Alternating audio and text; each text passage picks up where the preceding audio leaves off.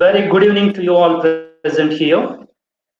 This is Dr. Reddy Shekhar Reddy, MC for this webinar this evening.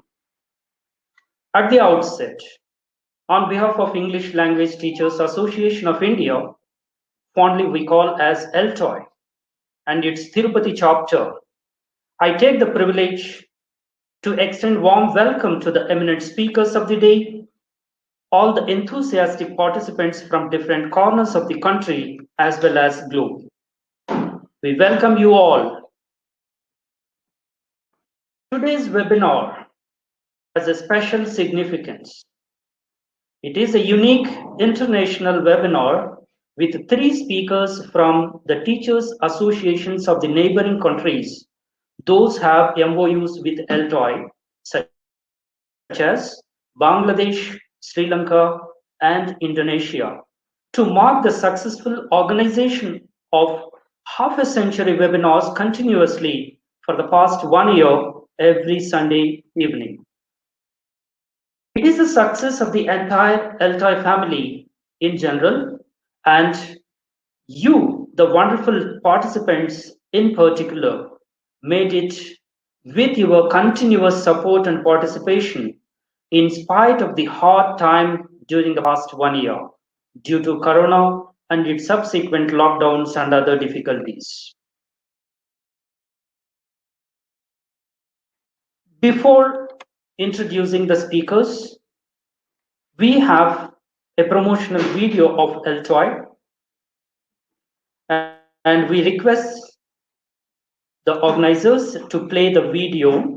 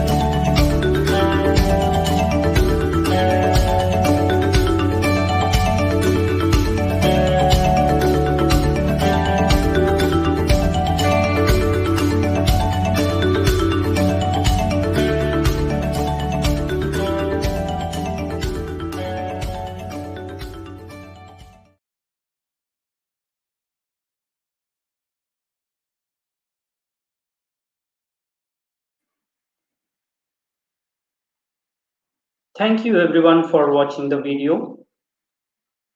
Now, for today's webinar on English language teaching, the Asian perspective, we have with us scholarly speakers, Professor Rubina Khan from University of Dhaka, Bangladesh, Dr. Darshana Samaravira from National Institute of Education, Sri Lanka, Professor Didi Sukyadi from Indonesia University of Education, Indonesia. And we have with us Professor Kalyani Samantha from Sri Sri University, Cuttack, to moderate the session. It's time to introduce the moderator of this session, Professor Kalyani Samantha, presently Professor and Head, Faculty of Arts, Communication and Indic Studies, Sri Sri University, Cuttack, India. Formerly she was Professor and Head, Department of English, Utkal University, Bhubaneswar, India. She did her Master of English, Master of Arts, Applied Linguistics from University of London, PhD in Phonology. Curriculum designer, textbook writer, e-content developer for e-Pathashala and other various government and university agencies in India.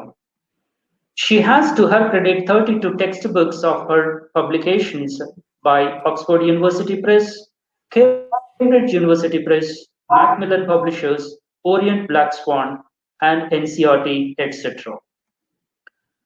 She publishes research articles and books chapters regularly. She is an article editor for Sage One, Sage Publications, New York, United States of America. She has won the Ray Tang Award for the Best Workshop in the IITFL International Conference, United Kingdom. It is our privilege to have you, ma'am, as a moderator for today's session. I hand over the session to you, ma'am. Welcome. Thank you very much, Mr. Reddy, for that very generous introduction. I welcome all the participants. I welcome all the speakers. Now it's my pleasure to introduce the first speaker. And before I introduce the first speaker, first of all, good evening, ladies and gentlemen. As we are aware, this is the 51st webinar offered by the ELTAI for the benefit of the ELT teaching community in particular and the teaching community in general. This is a laudable effort on the part of the ELTAI to reach out to a large audience during the hard times of the pandemic, lockdowns, and losses on many counts. ELTAI has been relentlessly keeping the academic pursuits on through the online platform, and all of us can look forward to such events occurring regularly. I propose a huge round of applause to the ELTAI family. Thank you all. It's with immense pleasure I take this opportunity to introduce the first eminent speaker of today's webinar, Dr. Rubina Khan. She is professor in the Department of English, University of Dhaka, Bangladesh. She has MA in TESOL from the University of Northern Iowa and a PhD in ELT from the University of Warwick, UK. She is engaged in teaching, training, and research activities. She has published extensively and presented papers at international forums. Her recent research interests include teacher professional development, language assessment, and leadership skills. She is the president of the Bangladesh English Language Teachers Association, BELTA. Welcome to the webinar, Dr. Khan. I request Dr. Rubina Khan to make her presentation, after which I'll initiate a discussion focusing upon certain important points that should delineate. This will be the structure of all the presentations. Dr. Khan, will you please start your presentation? Thank you.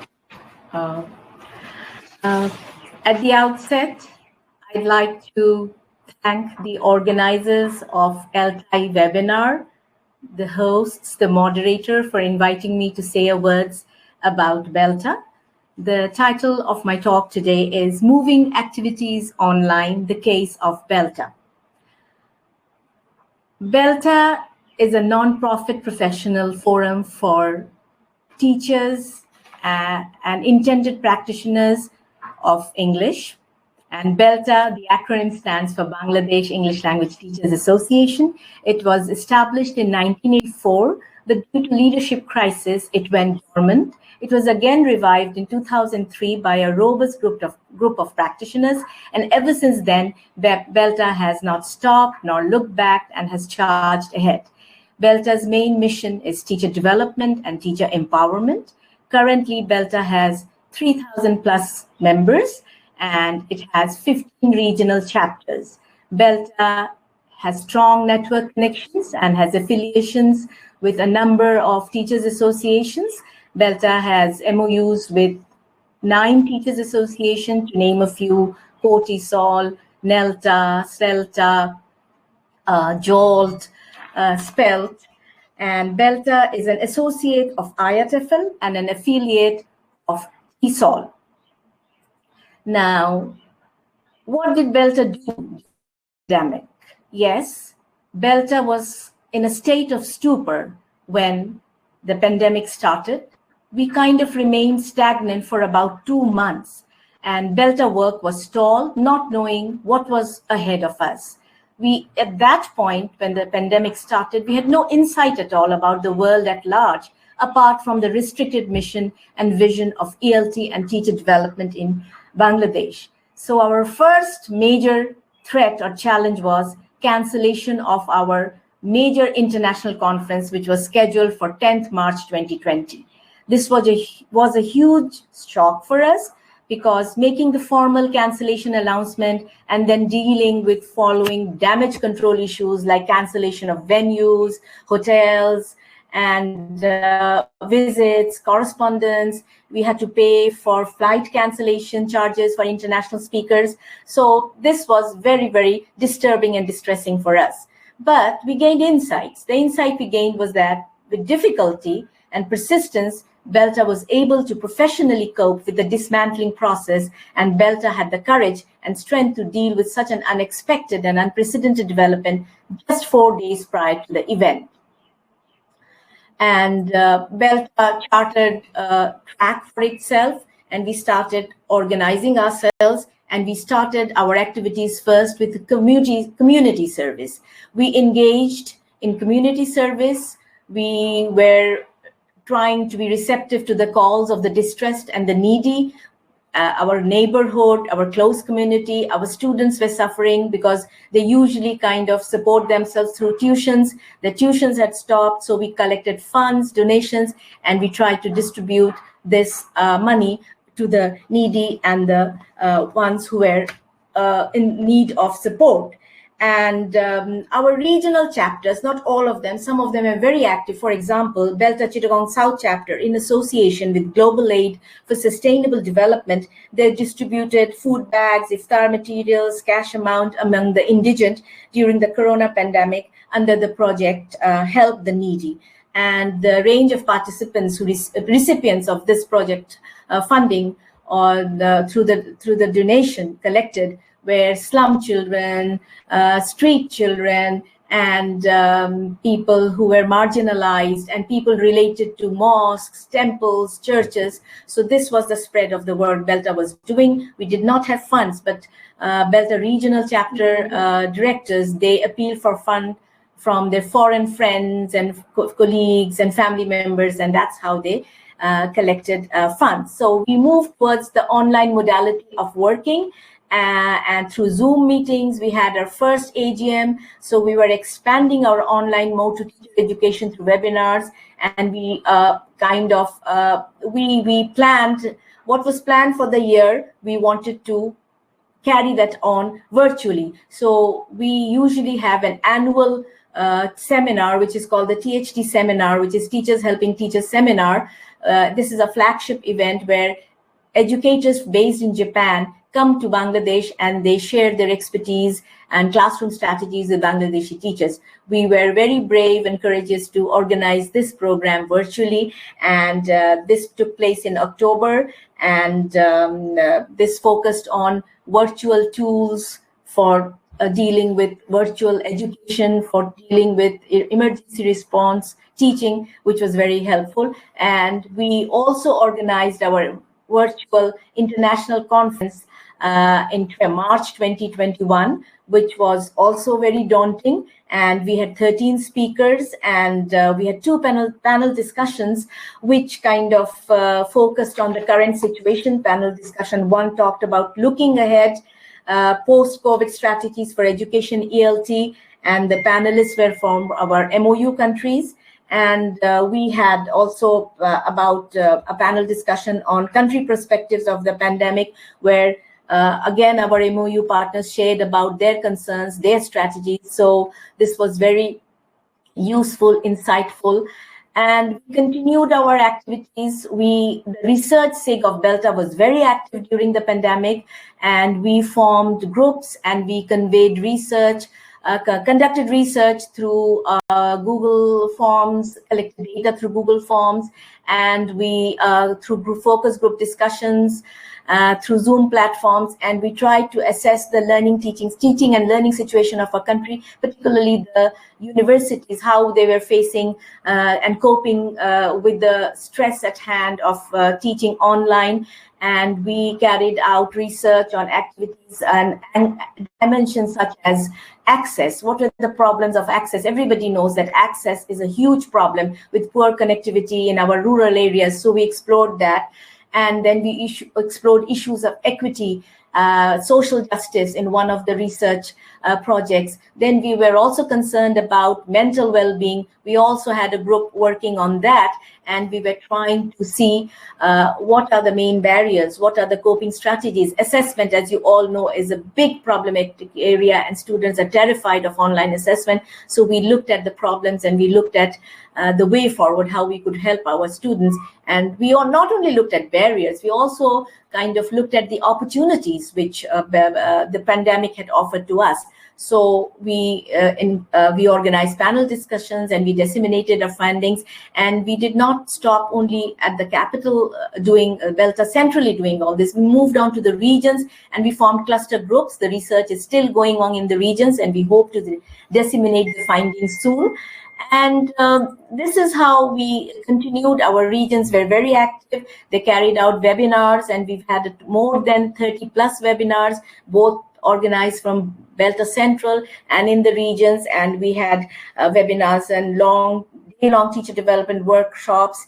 And one of our regional chapter representatives, they hosted the world's first ever virtual MOOC camp in collaboration with the American State Department, and that was very successful. So BELTA has not stopped. BELTA has been going on, and we have been working very hard to carry our activities online.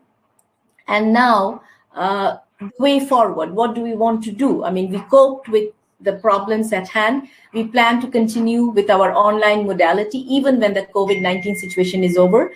And with less physical meetings, BELTA, we think, is contributing in its own small way to protecting the environment, with less use of transport and lessening traffic jam, and also to lesser costs.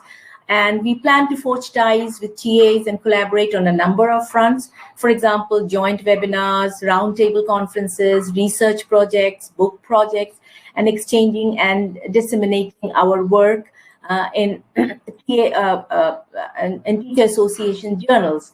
So I think we can all work together with our MOU partners and take the task of ELT forward. We can arrange and organize collaborative training workshops, and these can be facilitated by members of teacher associations. And we can also organize webinars collaboratively, where experts of different teacher organizations will give talk, which is actually what ELTAI is doing and BELTA has done. When we organized our virtual international conference. And I think we need to host sessions jointly to share the best practices in dealing with challenges that stakeholders of the respective countries face in learning, teaching, assessment. And we can also, I think, conduct joint research to address the similar types of educational issues we have. So all these are suggestions and ideas from BELTA to work together. I would like to end my talk by sharing a quote which the JOLT president at the BELTA virtual conference shared with us. She said that if you want to go fast, go alone. And if you want to travel far, you have to go together. So BELTA believes in traveling far, and we believe in holding hands with each other and traveling and reaching our respective destinations. Thank you very much. That's all from BELTA.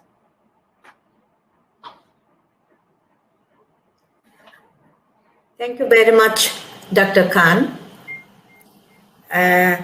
This is indeed a very insightful talk that in which you mentioned the kind of commendable work BELTA has been doing for the community in distress. It's so important.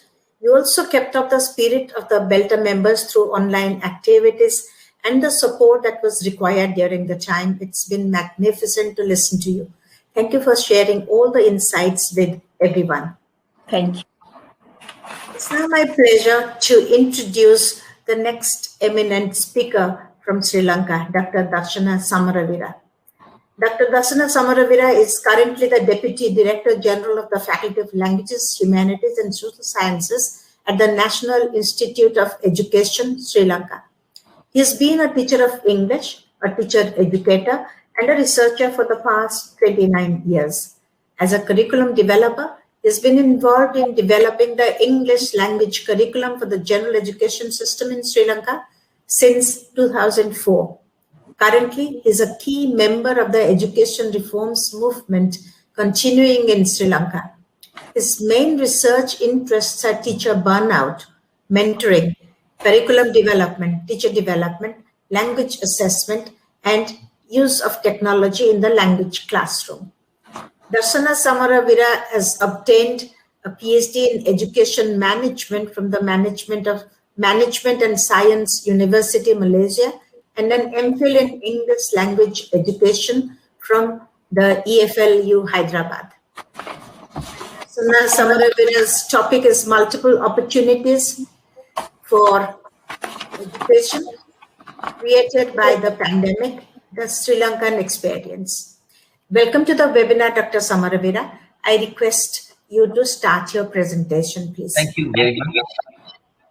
Good evening, all my friends from ELTAI and other places. And thank you very much, organizers, for giving me this opportunity to talk to you this evening. And I hear that this is the 51. You conducted the 51 webinars, and that's a great achievement. So, as the moderator introduced, I'm going to present the case of Sri Lanka and multiple opportunities the pandemic has created. As we all know, this is a global situation, and like any other country, last year in 2020, exactly around 10th of May, the entire country was shattered by the news of COVID-19 affected positive cases being found at a few places, and the country came to a standstill. And that was a time where we were discussing many important things like curriculum reforms, as during the introduction, the moderator introduced me as a part of this curriculum reforms movement happening in Sri Lanka. We were anticipating a lot of changes, but the country came to a standstill, and the greatest challenge we had at that moment was not engaging in curriculum reforms, but finding ways and means to continue education of the young generation, of the future generation of the country.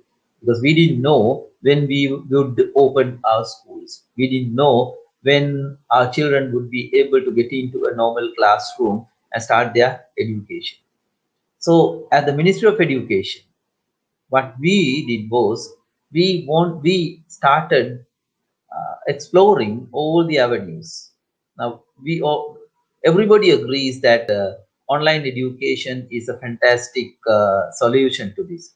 But a country like ours, and this situation is common to the entire South Asian region, and we have the problem of connectivity. And there are places, faraway places in our countries, and particularly in Sri Lanka, we have faraway places where we still don't have connectivity. They can't connect their devices to the internet. And there are places, there are hundreds and thousands of children, even if there is connectivity, they don't have a decent, proper device to connect. So that was one of the major problems we faced. It was not only continuing their language education, it was continuation of their entire education process, especially when we consider the general education system, the school education system, which is very crucial. And we didn't know what to do at the beginning. So we started exploring many opportunities, as many opportunities as possible. And then what happened to us was we thought of starting with the available resources. We have the national television, which is seen everywhere, which the people can see from all nooks and corners of the country. Luckily, the national television had one channel reserved for education, and they were using it. The use was much limited. So the National Institute of Education, where I work, right, we were given that opportunity to continue education, continue school education with the help of television. There were many problems. By that time, we had only a handful of lessons ready, video lessons. And the ones we had, of course, sometimes they were not they were not fitting with the technology of the national television station. So we put all our resources together. We forgot all the other thing, and the entire Ministry of Education, teachers, teacher educators, and the academics at the National Institute of Education, our technical crew, not only them, we joined hands with the private sector as well. There were a few private sector organizations and some non-profit organizations working in this particular area to produce television lessons. So what we did was we got hold of everybody, and there was this university, technology university, Sri Lanka Institute of Information Technology. They came to our support, and with the support of all these people, we were able to restore school education with the help of television. And exactly on the 20th of April 2020, we started the transmission, and it was a huge success because the children were at lost, the parents were at lost, and they didn't know what they were to do. Initially, we started with the crucial classes. We were focusing on the national examinations, and it was a 24/7 job for us. We converted the entire institute into a television station. There were 3 or 4 studios, makeshift studios. We actually have 2 permanent studios, one audio studio and one video studio. We converted the audio studio also into a video studio, And then we had a couple of makeshift arrangements for studios, and then these private institutions and non-profit organizations, they were willing to provide their studios to us. And it was a job of appointing producers and getting hold of, because in the middle of the pandemic, people were not they were not willing to come out of their houses, and we didn't know the magnitude of the problem, and it was the very beginning. Somehow or the other, we had a fantastic team of people, teachers, then producers, technical crew, and all those people who put their life at the second place, and who wanted to place country first. And all these people got together and started the work. And by the 20th of April 2020, we had programs ready for 3 days, and we started. The program production process went on, and particularly I have to mention one very interesting and a very important case, because now we have two main languages where we continue our with which we continue our education: Sinhala and Tamil. Over the Tamil production work, most 90% of the Tamil media production work happened in Jaffna, and it was like more than 300 kilometers from where I am, and from the studio in Jaffna. And the country was in a lockdown, and we didn't know what to do. And we had to find different sources. We wanted to, we negotiated with the military, army, air force, and then they helped us. Whenever there was a vehicle coming to Colombo, they promised to bring the videotapes with the programs. And sometimes we had our health workers. Once we got the videos with the help of an ambulance, right? The ambulance was they had deployed the ambulance to transport COVID-19 patients, but the driver of this ambulance very safely brought the video to Colombo, and that was the beginning.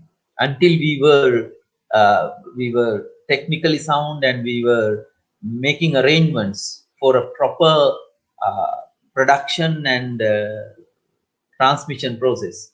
That was what we did. And I have to, right at the moment, I have to pay tribute to all those people who got together, who joined hands with us, irrespective of their profession, irrespective of their position, irrespective of their race or whatever. They all helped to continue school education of the children of this country. And with that, we started, and I'm right now, as a member of the National Institute of Education and the Ministry of Education, Sri Lanka, I'm proud to announce the entire world that we have more than 6,000 video lessons ready, not only for English, for all the subjects. And still the process is going on, and the television channel is dedicated to continue school education, because now we are facing, perhaps it is the third wave, and the situation is becoming very, very different, and it's worse, and the schools have been closed again suddenly, and we are going ahead. And the next thing I want to mention is all these people, philanthropic interventions into the education system. Let us continue our education system amidst the pandemic, and all the efforts we were making to bring education 4.0 into a reality, it became a dream, but I'm pretty sure with whatever experience we have gained, that we'll be able to restore restore normalcy. And my hunch is we don't know when we are going to do that. And by the time everything is over, will the school remain the same? That is the question. Thank you very much for giving me this opportunity and to share the Sri Lankan experience. Thank you. Thank you very much, Dr. Samaravida, for focusing on the many problems of online education that our children and teachers face everywhere, and thinking of utilizing the available resources such as the TV. The solutions that you mentioned is certainly laudable and create a lot of facilities for teachers everywhere. Thank you very much. It's the turn now to introduce our eminent speaker, Dr. Didi Sukwadi. Dr. Didi Sukwadi is a faculty staff of English Education Department, Indonesia University of Education. He got his master's degree from London University in 1997 and doctoral degree from linguistics program, Indonesia University, Jakarta in 2005. In addition to teaching semiotics and language testing in both graduate and undergraduate programs, currently he is also the Vice Rector for Academic and Students Affairs, Universitas Pendidikan, Indonesia. His main interests include semiotics, language testing, and multimodality. He has published his research in the New English Teacher, Deflin Journal, Coral Journal, and Kata Journal. And his latest article was published in Language Teaching Journal, Cambridge University Press. He has published 2 book chapters in Routledge and other books published by his university press. He presented his papers in Asia TEFL, Deflin, TAI TESOL, and other international conferences. He is a member of TESOL International USA, IATEFL UK, Asia TEFL, and Deflin. He is the vice president of that. He initiated the annual Conference on Applied Linguistics in 2008 and founded the Indonesian Journal of Applied Linguistics. Welcome to the webinar, Dr. Sukwadi. Will you please start your presentation? Thank you, Kalyani. First of all, I would like to thank you to invite me to this prestigious webinar, especially to ELTAI team, Reddy and friends representing Deflin. On this prestigious webinar, I will not talk about the impact of COVID-19 to ELT education, but I want to talk about a case in Indonesian ELT. The title of my presentation is The Impacts of an English Instructional Learning Time Decrease on English Learning Achievement. First, I would like to talk about the context of ELT in Indonesia. English is the first and most important foreign language in Indonesia. It is a compulsory subject at junior and senior high schools. It is an optional subject in primary schools. At university level, it is compulsory with 2 credits, once in a week, in one. Can you make it slideshow? Semester. PPT can make it as a slideshow. Oh, sorry. Okay. Is it okay? Not yet, sir. So can you put in the full screen mode? It's already full screen. No, it is not in the full screen mode, sir. Can you click on the? I will repeat from the beginning. Yeah, you can use it as a slideshow so that it can show the full screen. Just a minute.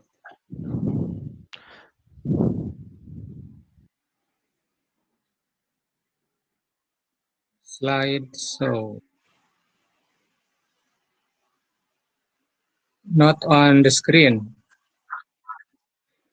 Share the screen and then put the PowerPoint in the full screen mode, sir. Go to the share screen and the webinar jam. Click on it as you did.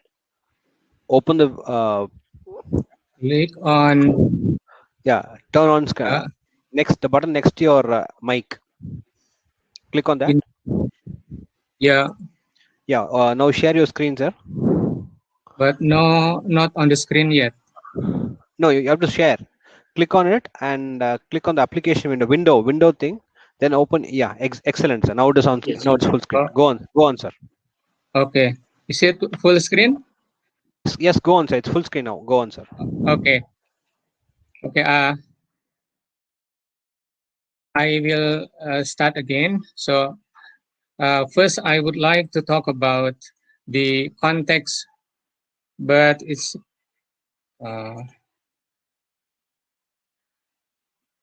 about ELT context in Indonesia.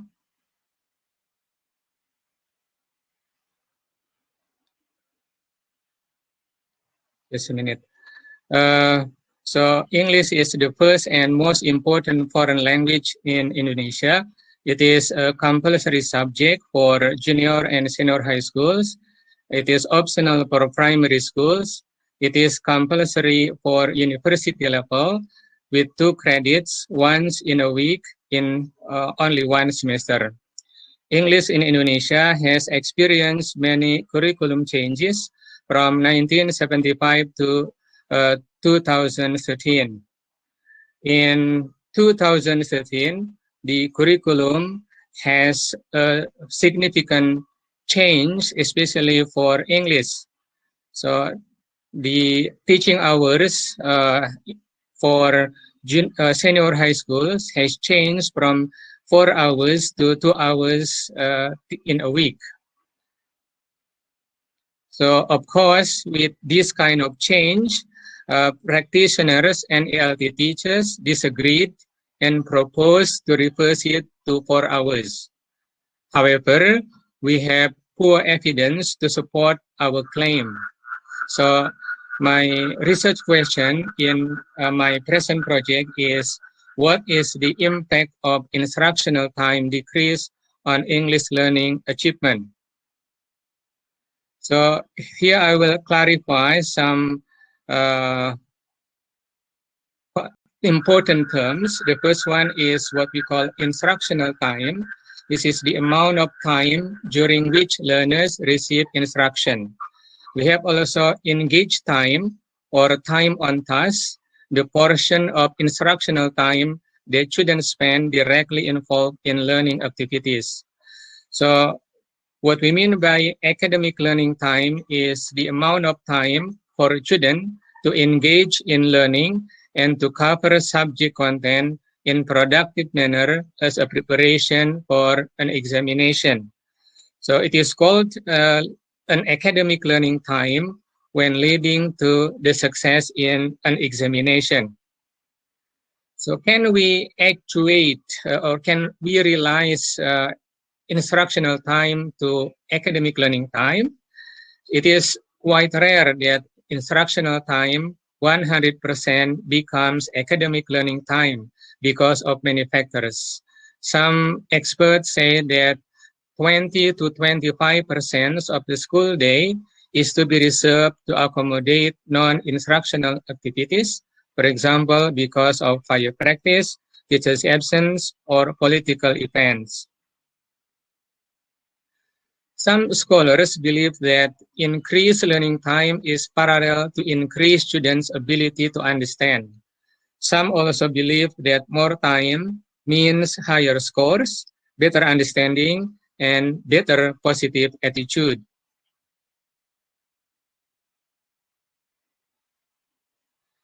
While others believe that mere length of the school day was not related to student academic achievements.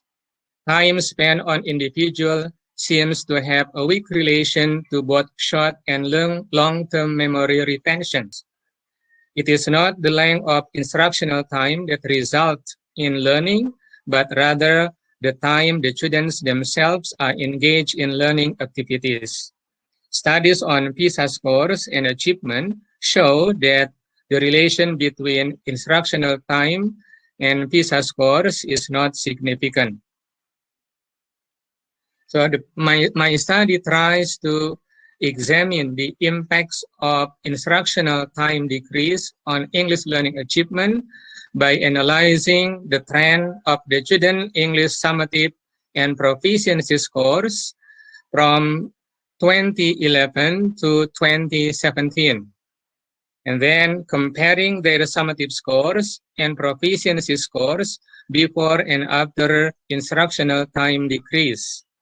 And the last one is examining secondary English teachers' perspectives on the impacts of instructional time decrease.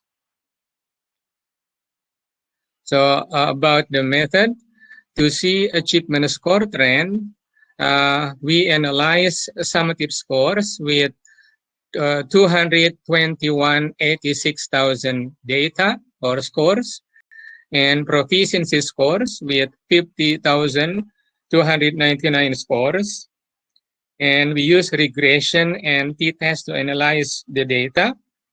And to reveal the teacher's perspective, we use a questionnaire and we analyze it quantitatively, and we inserted also an open questions. Both the questionnaire and the open question were responded by 339 respondents. Okay, this is the data. And we have also the trends. We see that the trends of the summative scores of the senior high school students and also their proficiency scores keep increasing from 2011 to 2017, even though there is a curriculum change or instructional time decrease in 2013. So the scores both keep increasing. When we use a regression analysis, the scores will keep increasing from 2017 until the next 35 years. So we found that both summative and proficiency scores tend to increase through the time, regardless instructional time decrease from 4 hours to 2 hours a week. We use also a questionnaire, and we distributed the questionnaires. The questionnaires consisted 16 questions. Nine are the statement indicating the existence of the impacts of instructional time decrease, and 9 items also indicates the non-existence of instructional time decrease. It is like a scale questionnaire indicating the response completely agree, neutral, disagree, and completely disagree. We can analyze the questionnaire using quantitative approach in such a way that we can make it into 2 pools: questions indicating agreement and disagreement on the impacts of instructional time decrease. And we can test the mean score of the 2 pools using what we call t-test. And here we concluded that teachers believe that there is a serious impact of learning time decrease on learning achievement.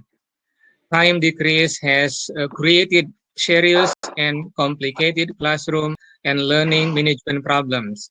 So this is from the open-ended question, one open-ended questions, which we analyze using content analysis approach.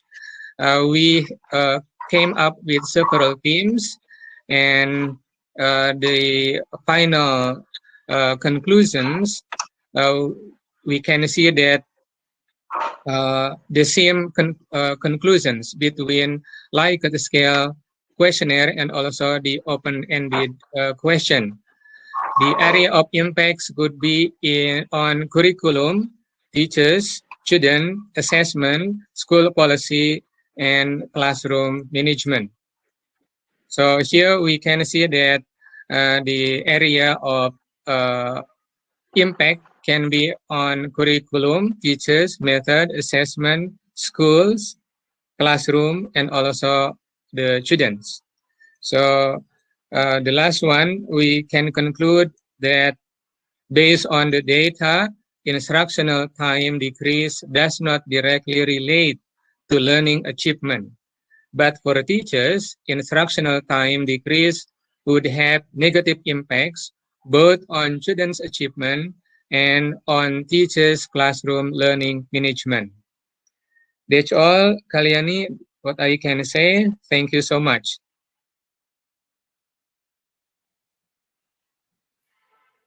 Thank you very much, Dr. Sukwadi. That's indeed an enlightening session for presenting a case study.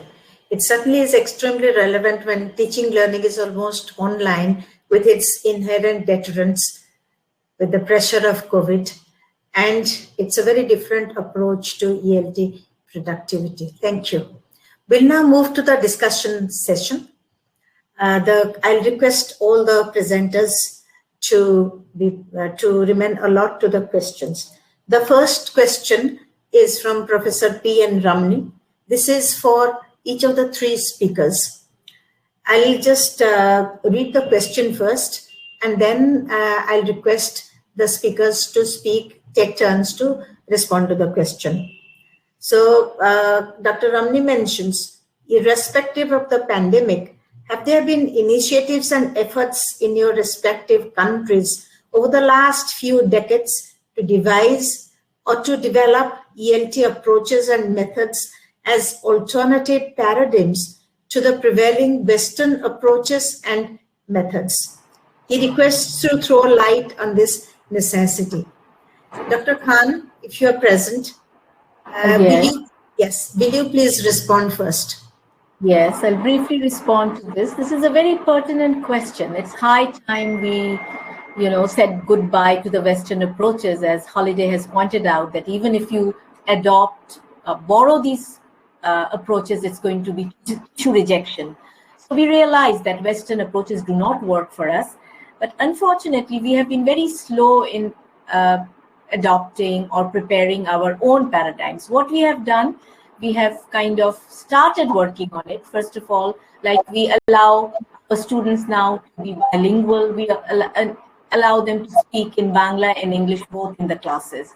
Earlier, we would only focus on English, but we see that they're comfortable. So once a comfort zone is there, they can always take it from there. And then we always tell them to think of their cultural background and to relate to it. I think that is also very important. So if they can bring in their own culture, and they can see if it works for them, there's no need to engage in, always borrowing and adopting what's best for the Western world, because it doesn't work for the Eastern, for us.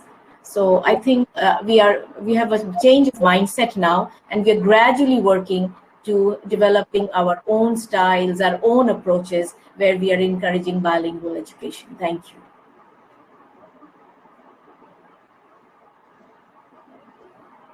Okay, can I take the turn? Yes. Now, this is a very, very important discussion, actually, how we as South Asian countries, how we stick to our own approaches and methodologies of teaching languages, teaching English. And as Dr. Rubina Khan rightly mentioned, of course, this is high time for us to get away from the Western preachings and to start something of our own.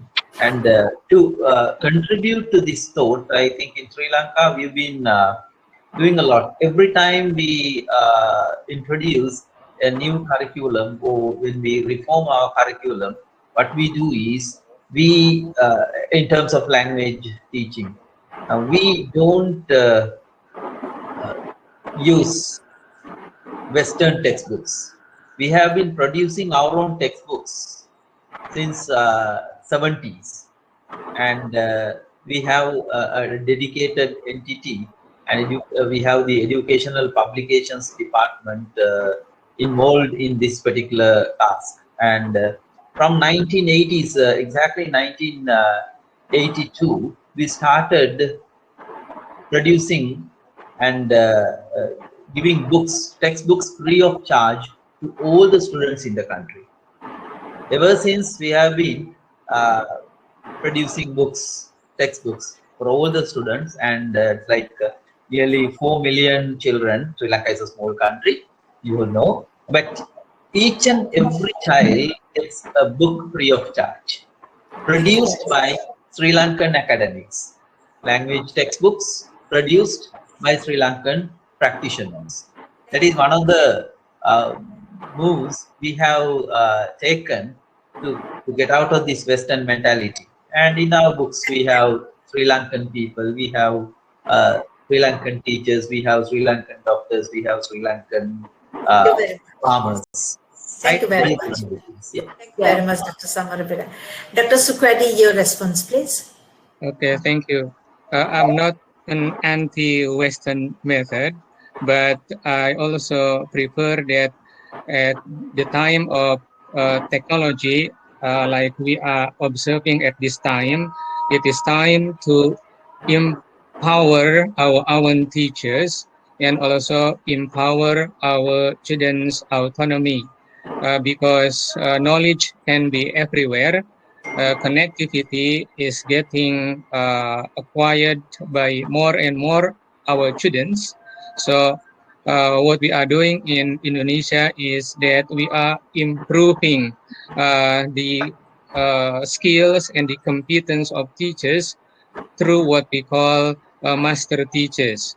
So we have what we call trainer of trainers. So we choose one best teacher in one school or in one district, and then we train them about teaching method. The teaching method can be adapted from other methods that we have already known before, or we can create our own method appropriate to our learning situation. And then when the training of trainers finish, and then they will redistribute the knowledge and competence to their own colleagues in their respective areas. And the second one, I think we have also now tried to move to empower our learners' autonomy. So we have to realize that the role of teachers at the moment is not teaching in terms of giving knowledge, a source of knowledge, but more on giving motivation, giving an inspiration, and giving a kind of strategy on how to make our students become an independent learners. So also our government have dealt with this issue by providing also some books which were created and published by locally by our own authors and our also publishers. I think that's all. Yeah. Thank you very much. Can I just add one thing? Yes, please, if you take 1 minute, because yes, 1 minute. I won't take more. I fully agree with Dr. Samavira. We also have a national curriculum and textbook board. I forgot to add that, and we also have local publications and textbooks where we have Bangladeshi doctors and nurses and children. So we have gradually moved on to our own publications since I think this has been after the Liberation War, since early 80s. Yes, we've done that. Every time we had our curriculum reform, we made sure that the textbooks were free and were written by Bangladeshi practitioners. Thank you. Thank you very much. This is probably the practice almost in all of our countries, which is one of the best practices probably that you mentioned. I wanted to ask you this question, but yes, we don't have much time today. I'm very sorry. There are other questions that are still pending, but we might get another opportunity to meet each other, to talk about these things, to carry this discussion forward. Very effective, wonderful, and excellent efforts from all our colleagues everywhere in the world. Thank you very much for joining us for this wonderful session, for your talks, for your insights, and for the references and inspirations that you provided to all of us. Looking forward to meeting you once again. Thank you. Thank you for inviting us. Thank you very much. Thank you very much. Thank you very much. I'm handing over the session to the host moderator, Dr. Reddy. Yes. Before moving on to propose vote of thanks, I would like to share with you the information related to the webinar next week.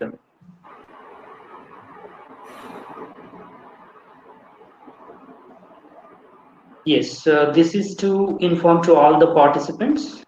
Next Sunday, that is 9th May 2021 at 4:30, we have ELTAI webinar 52 on designing a website for enhancing English skills.